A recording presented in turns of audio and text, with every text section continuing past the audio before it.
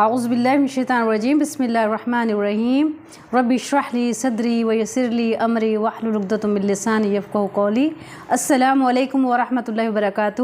نیک اعمال کے سلسلے میں مہمانی۔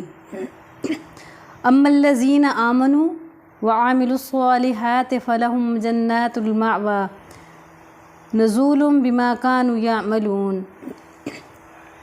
آیت نمبر 19 سورۃ السجدہ میں اللہ تعالیٰ فرماتے ہیں جو لوگ ایمان لائے ہیں اور جنہوں نے نیک عمل کیے ہیں ان کے لیے تو جنتوں کی قیامگاہ ہیں، یہ ان کے نیک اعمال کے سلسلے میں ان کی مہمانی ہوگی۔ دیکھیں یہاں پہ اللہ تعالیٰ واضح طور پہ فرما رہے ہیں نیک اعمال کے سلسلے میں مہمانی ہوگی۔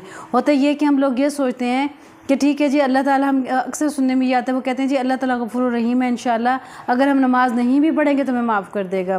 تو دیکھیں یہاں پہ اللہ تعالیٰ سورۃ السجدہ میں آیت نمبر 19 میں واضح طور پہ بتا رہے ہیں کہ وہ لوگ جو ایمان لائے اور جنہوں نے نیک عمل کیے ہیں ان کے لیے تو جنتوں کی قیامگاہیں ہیں، یہ ان کے نیک عمال کے سلسلے میں ان کی مہمانی ہوگی۔ تو نیک عمال کے سلسلے میں ان کی مہمانی جنت میں ہوگی۔ تو میری عزیز بہنوں، نیک عمال کرنا بہت ضروری ہے اگر ہم نے جنت میں جانا ہے تو۔